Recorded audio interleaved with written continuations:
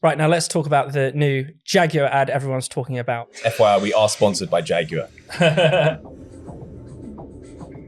So funny. I mean, this has to be a good argument for like go woke, go broke. So you don't even know it's a car advert. Yeah, exactly. Have they let Anna Wintour as like a sort of guest editor of Jaguar's adverts? So there isn't, it's created this advert's created a lot of fuss, quite understandably. There's more than 100 million views of that on X, 88,000 comments. I don't think a single one of them is positive. This is this Jaguar's Bud Light moment, do you think, Luke? I mean, I consider this an egregious act of violence against the Jaguar brand. I think that what might have happened is that they've got some marketing agency in saying we need to become more relevant, we need to become more engaged with Generation Z.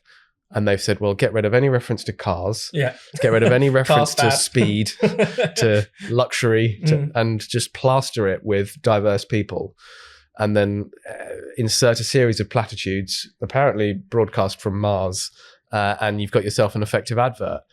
I do hope that this is a slap in the face for Jaguar, who do have, by the way, one of the most iconic British brands. I mean, that logo encapsulates everything about that car. You look at that logo, you know exactly what the brand means, what the brand is all about, you know about its history, its story, you know everything about it. And they seem to have scrapped it for this peculiar montage that might as well be advertising anything. I mean, it could be advertising a mobile phone, who knows. I just think it's such an extraordinarily strange decision, and I hope it will die a death, but who knows.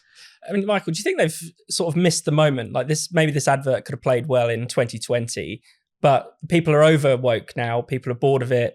Certainly we've seen Bud Light as the classic example of firms actually paying a price for this kind of marketing. What were they thinking?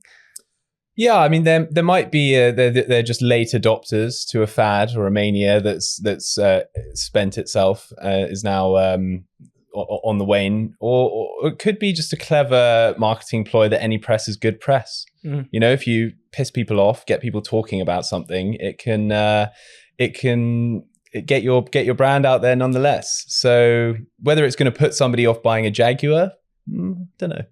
It seems like they're almost like targeted precisely the wrong audience, because as you said, Luke, you know, you think classic British sports car, sophisticated, elegant, and this is, you know, almost aimed at like a non-binary art student who wouldn't dream of driving a car and would balk at the idea of it's like it's not the target market for Jaguar, is it? And you know, I think it's probably right to say that this might have a limited impact on its established market wanting to carry on buying Jaguars, but who knows? I think it's just it does show a degree of contempt for their established market as well. I do think that, you know, owners of Jaguars and people who are loyal to the brand are going to look at this and think, what the hell is going on?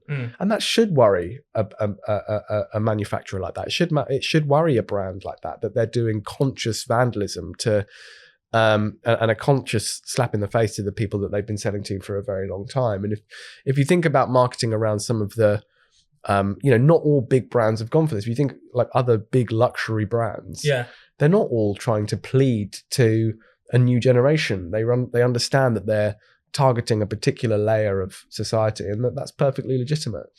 And you know, the more that this kind of woke advertising takes over, and the more it gets into people's heads that this is where you need to be headed, I think more and more the real risk is that more and more of these great brands will just fall by the wayside and die. Definitely. And finally, Michael, before we close, do you want to tell us a bit about the new documentary that you're in?